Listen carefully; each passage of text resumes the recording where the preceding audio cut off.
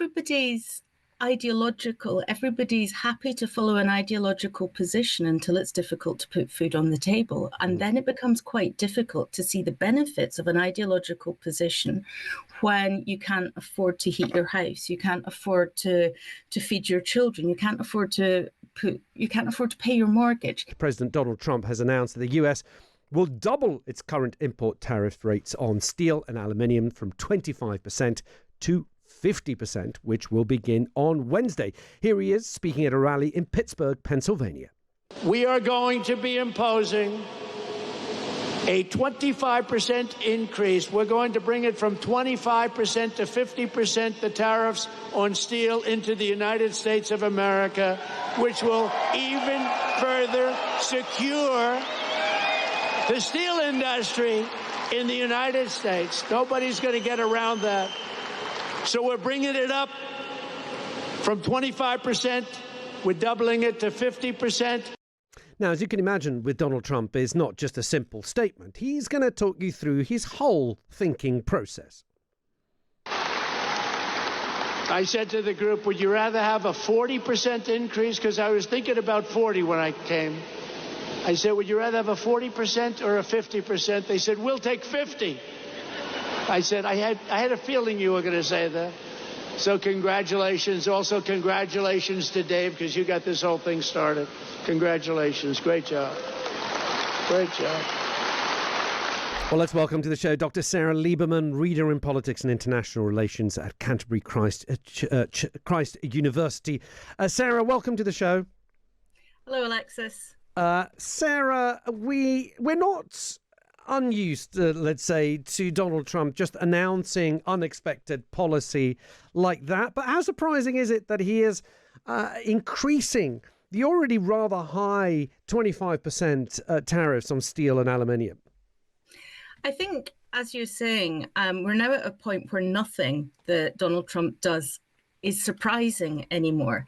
You look through everything that's happened this week, and with any other president, with any other state, you would think it was absolutely crazy. But we've got so used to seeing some incredible announcements in the last 120 days or so that nothing is a surprise anymore. Now, this comes very quickly in the wake of the International Trade Court in New York saying that the tariffs that he imposed on individual countries are actually not legal as per US law. But it is still legal to apply tariffs to different industries. And this is the way that Donald Trump is getting around it. So it's not that surprising, I wouldn't say. Yeah, I mean, it must be wreaking havoc for importers and exporters, but he is still selling those tariffs as a good thing, Sarah. He's saying, look, we're collecting all these billions of dollars from imposing these tariffs. Of course, it shouldn't go unmissed that he's making that statement in Pittsburgh, Pennsylvania, home of the Pittsburgh Steelers, no less, the American football team. You know, this is steel country. It is. And this is the whole area that Donald Trump has traditionally appealed to, the Rust Belt in the USA, those areas that had very strong steel connections and that felt they'd been largely ignored for many, many years. These are big Trump areas, a lot of popularity there because he's promised that he will bring these industries back. And yes, by applying huge tariffs to imports on steel and aluminium and all associated products, he will make sure that, he's trying to make sure that manufacturers use US steel rather than imported Chinese steel, for example. And that is one of the places where they import steel from most regularly. And so this is where you see he's beginning to try and balance those tariffs as products come in. It will make products more expensive, though. And of course, the USA is going to have to increase its steel production quite hugely. And if you remember from just a few weeks ago, the discussion about British steel plants, that's not something that can be done very fast. So it's good news in some ways for steelmakers, perhaps, but those same people will be suffering from an increase in prices on all the products that they buy that have tariffs applied to them. So when it comes down to it, he's taking with one hand and giving with the other. Well, there was a news conference as well yesterday in the Oval Office. This was the official or unofficial departure of Elon Musk from government. President Trump said that Elon may not be leaving for good. And Elon's really not leaving. He's going to be back and forth, I think. I have a feeling it's his baby, and I think he's going to be doing a lot of things. But Elon's service to America has been without comparison in modern history. Now, the baby referred to there is DOGE, the Department of Government Efficiency. Fascinating, Sarah, that Elon Musk had to go because the capacity within which he was employed only allowed him to be there for 130 days. If he wanted to be there for longer, he would have had to go through the approval process via Congress. And I don't think even Donald Trump thinks that he could have got Elon Musk a permanent job in the White House. But what can we read into that? Has Elon Musk been a success for Donald Trump? It depends what we mean by a success. It appears that they're still getting on very well. It looked like a very friendly press conference. Elon Musk said as well that he will continue to visit and be a friend and advisor where he's needed. And of course, he was presented with a golden key, which a lot of people have taken to mean that that's the key to the White House and he's welcome to come and go as he pleases. Has it been a success? Well, looking at the numbers, which I have been studying quite a lot, to be honest, he promised he was going to save $2 trillion in the time that he had in DOGE.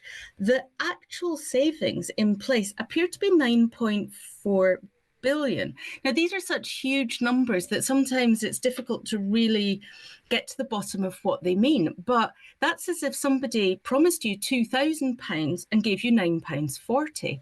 And so it is quite a difference between the amount that he said they were going to save and the amount that they actually have. Now, in that as well, to make those savings that he has made has required slashing jobs in the civil service, in all sorts of different sectors, cancelling big contracts, cancelling big projects in science, in technology, in engineering, in a lot of things that are very essential. Now, what that means ultimately is less money for the population of the USA. And this is a problem. This will lead to recession in the end. If there's less money in the economy, which there appears to be, well, definitely will be, because none of those civil servants will have the buying power to purchase those things that the USA needs to sell. But do you think that Trump's base are prepared for that? I mean, Trump himself has said that, look, it's not going to be easy. We're trying to bring back this manufacturing. This is what the steel tariffs were about that we just discussed. I've been looking at some US gas, as they call it over there. Gas prices slightly more expensive than when Joe Biden was still president. Not a lot, but slightly more expensive.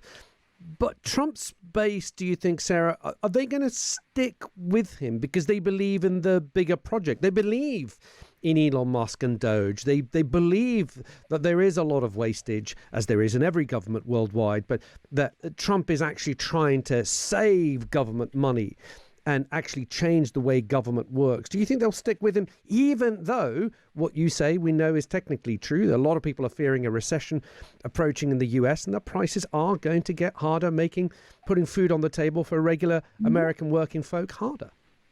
Well, that's it. Everybody's ideological. Everybody's happy to follow an ideological position until it's difficult to put food on the table. And then it becomes quite difficult to see the benefits of an ideological position when you can't afford to heat your house, you can't afford to feed your children, you can't afford to pay your mortgage.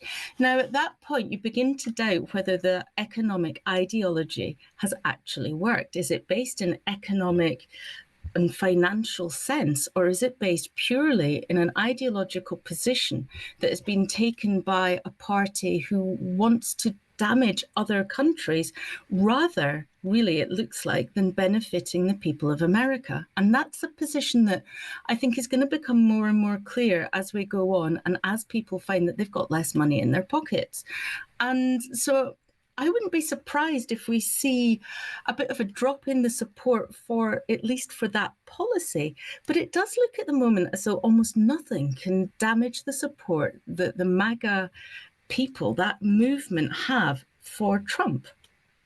And just finally, Sarah, the tariff and the courts issues that Donald Trump has had. We saw a court, and we should be. It should make it clear that I think the three judges, it was a unanimous decision. One was a Reagan appointee, one was a Donald Trump appointee. So this idea that perhaps the court was too political against Donald Trump really doesn't have any legs. But what's the next stage? We know that they temporarily stopped the tariffs. The tariffs are now back on because the government has appealed. Is it heading to the US Supreme Court? And do we have an inkling of what that court's going to come back with? It's a very interesting point, because the Trump administration have come back and said that this amounts to really overstretch of the judiciary. They say that they're moving out of what they should be looking at and becoming too political. Now, the US Constitution says that governance of the US should be split between the executive, so that's the administration, the Trump administration, the legislature, which is the Congress, so Senate and the House of Representatives, and also the judiciary. And that is to make sure there are checks and balances in place to make sure the president, whoever that president is, doesn't overreach and doesn't start making decisions that are damaging. So what the courts have done, and as you say, although the administration have said this is a political decision that has been taken to because of some kind of anti-Trump feeling, what they're really doing there is checking whether those tariffs fit with previous laws that have been made. And to say that it is a liberal conspiracy really cannot be true. As you say, two of those judges that were in place are Republican appointees, so it's very unlikely that that is the case. I think it will go to the Supreme Court, and I think the Supreme Court, I think they will judge, and I really hope that they will judge in favor of judicial power, in favor of maintaining the checks and balances that are in place against any presidency. Because once you lose that, you're in a very difficult position where there is no institution to challenge the power of the president. And that isn't something that we want to see. The US law is based on interpretation by judges, and we have to let those judges do their job, and the president and his administration have to let those judges do their job.